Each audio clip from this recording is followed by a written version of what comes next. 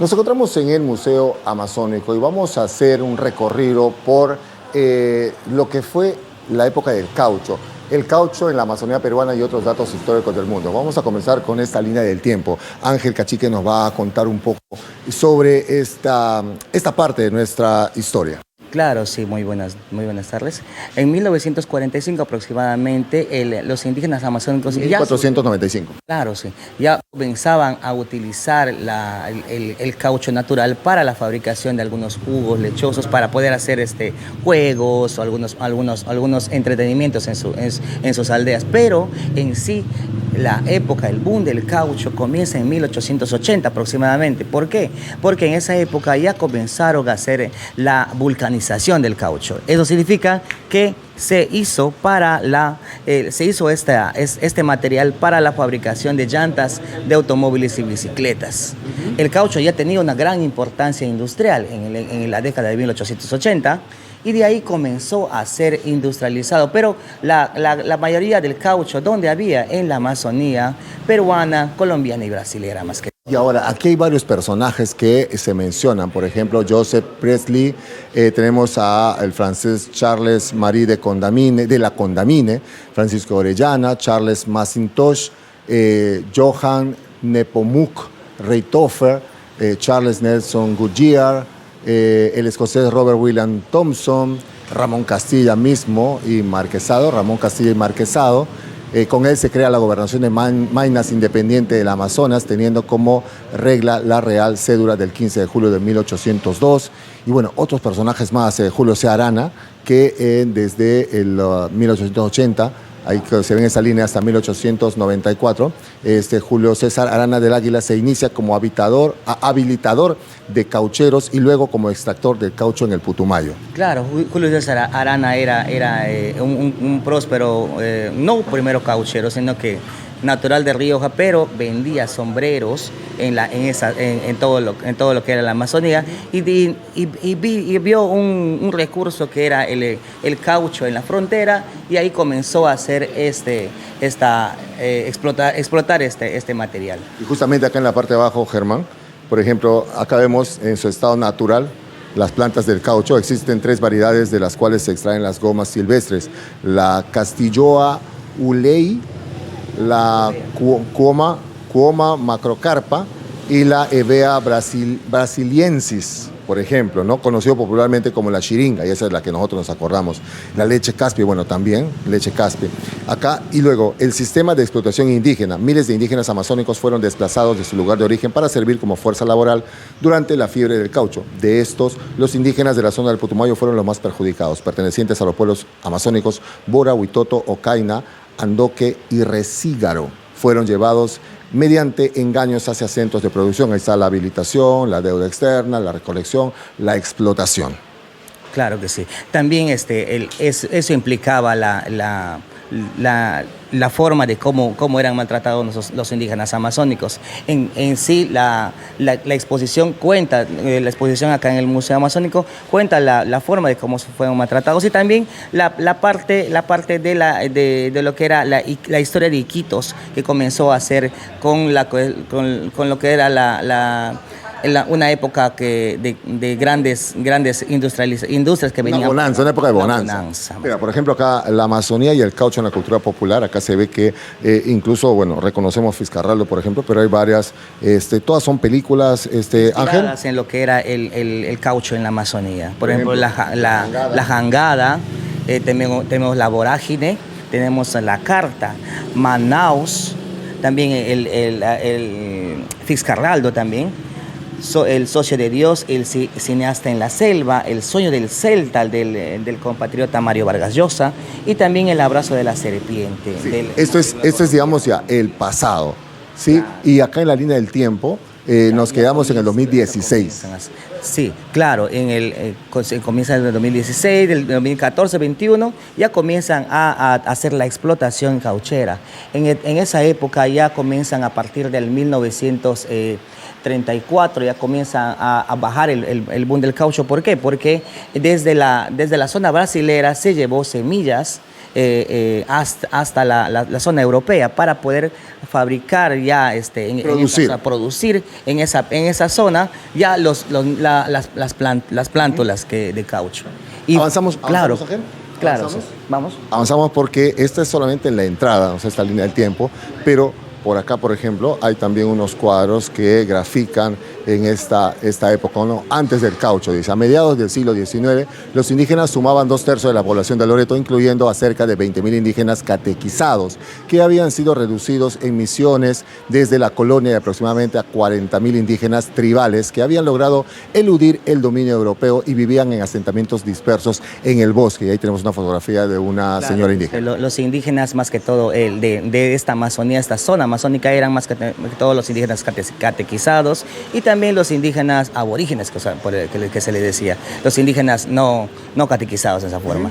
Vinieron las visiones más que todo acá. El gran auge gomero.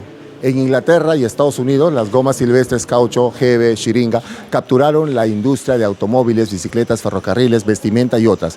En 1887 la producción mundial ya superaba las 45.000 toneladas anuales, lo cual trajo a miles de caucheros en busca de la riqueza a cualquier precio. Claro, ahí podemos ver al señor Charles Goodyear haciendo la fabricación, la vulcanización, descubriendo la vulcanización para el caucho. ¿Por qué? La vulcanización, ¿qué es? Es simplemente mezclar el caucho con materiales, azufre, hierro y otros más, para poderla hacer más resistente y utilizarlo eso en las llantas, fajas de ferrocarriles y otras cosas más. Ahí vemos fotos justamente de la época. Claro, el sistema de cómo se comenzó a sacar el caucho por los indígenas. Arriba tenemos lo que era la peletización, o sea, comenzar a moler el caucho y guardarlos en bolas de caucho o si no longanizas. En este caso, longaniza de caucho. Esa es una longaniza de caucho. Como un chorizo. Como un chorizo, longaniza de caucho. Y todo ese caucho iba a ser llevado por los indígenas hasta en cargas Eso estaría por el Atlántico, ¿no? Claro, salía por el Atlántico vía río Amazonas. Avanzamos. Julio César Arana, el rey del caucho. Arana nació en Rioja, San Martín. Se inicia en 1888 como habilitador de caucheros. Luego entra en convenio con extractores colombianos y los va despojando de sus fundos a cambio de deudas. Finalmente, su empresa, conocida como la Casa Arana, establece un dominio absoluto sobre un territorio de más de 5 millones de hectáreas, en el espacio comprendido entre los ríos Putumayo y Caquetá. Aprovechando que ese territorio estaba en disputa con Colombia, Arana opera sin estar sujeto a las leyes de ningún país e impone un régimen de sometimiento extremo de los indígenas. En 1906 se convierte en el primer exportador peruano de caucho y en el hombre más rico del Perú. Claro que sí, mire, por ejemplo, tenemos acá el mapa de lo que eran los territorios de Arana, tenemos acá, y también algunas fotografías de la familia que vivía. En este caso podemos ver en el mapa los territorios que abarcaban más que todo Perú y Colombia, más que todo. Bueno. En esta es otra infografía, aparece lo que era la época del caucho y también lo que es ya lo actual, la ruta de las casonas del caucho, los azulejos que dejaron los vestigios de la época y los inmuebles patrimonio cultural de la nación. Ahí está. Tenemos acá más fotografías de la época. Esta es la parte de Arana. Arana, sigue siendo Arana, de viejo. También tenemos la otra. Explotación, horror y masacre, dice. Los indígenas, bajo el control absoluto de Arana y sus capataces, tenían que entregar cuotas elevadas de goma periódicamente. Los que no cumplían con los montos exigidos sufrían castigos físicos, incluyendo flagelaciones, torturas, mutilaciones, violaciones y asesinatos indiscriminados. Arana también utilizó a los propios indígenas para perpetuar sus abusos, entrenando a jóvenes conocidos como los muchachos de confianza de Arana para que vigilaran y castigaran a quienes no cumplían con sus cuotas, a los que intentaban huir o rebelarse contra los caucheros. La presencia del Estado u otra institución era nula, por lo que se cometieron abusos con total impunidad y a escala masiva, derivando en un sistema de terror generalizado. Miren, por ejemplo, acá estamos apreciando las 4 fotos. Vamos a centrarnos en una de estas fotos, en la primera de acá, en la que aparecen las señoritas indígenas, pero lo característico es que tienen algo marcado acá las marcas en la parte de la parte de los tobillos, significa que las marcas cuando les capturaban las personas, los caucheros, a los ¿Eran de niños, su propiedad? eran de la propiedad. ¿Por qué? Porque las mantenían, más que todo los salvajes, pues les mantenían cerrados. Acá están los que le llaman en la bibliografía los muchachos.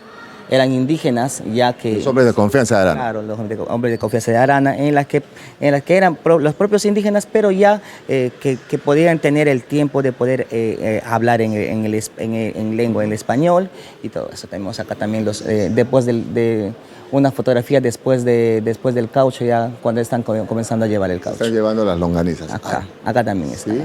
Ahí está. Tenemos esta parte en la que dice denuncias, resistencia y éxodo. En 1907 el ingeniero estadounidense Walter Hardenburg recorre el Putumayo, donde es testigo de atrocidades. En Inglaterra publica una serie de denuncias que tiene un fuerte impacto en la sociedad. Ante el escándalo, en 1910 el Parlamento británico envía al cónsul Roger Casement para investigar las denuncias que comprometían a súbditos procedentes de Barbados. Paralelamente, el juez Carlos A. Valcárcel y luego el juez Rómulo Paredes abren en Iquitos procesos legales contra Arana, acusándolo del exterminio de 30.000 indígenas. Arana usó la prensa, el cine y la fotografía para defenderse y acusar a los indígenas de salvajismo y canibalismo, justificando así su labor civilizadora. Tenemos acá la portada del libro azul británico con la foto de Roger Casement acá, y también la portada de Putumayo, de Devil's Paradise, de Hardenburg, en la que está en una de esas fotos esta fotografía ya más impactante. Y bueno, a ver...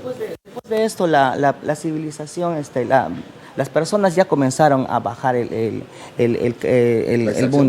la extracción, y también los indígenas ya comenzaron a salir de esa zona y se fueron a otras zonas más. Por ejemplo, el Tratado Salomón Lozano y la diáspora indígena. En 1922, el gobierno de Augusto B. Leguía suscribe en secreto el Tratado Salomón Lozano, mediante el cual el Perú cedía a Colombia el área comprendida entre los ríos Putumayo y Caquetá, precisamente el territorio controlado por Arana, además de Leticia y el trapecio amazónico.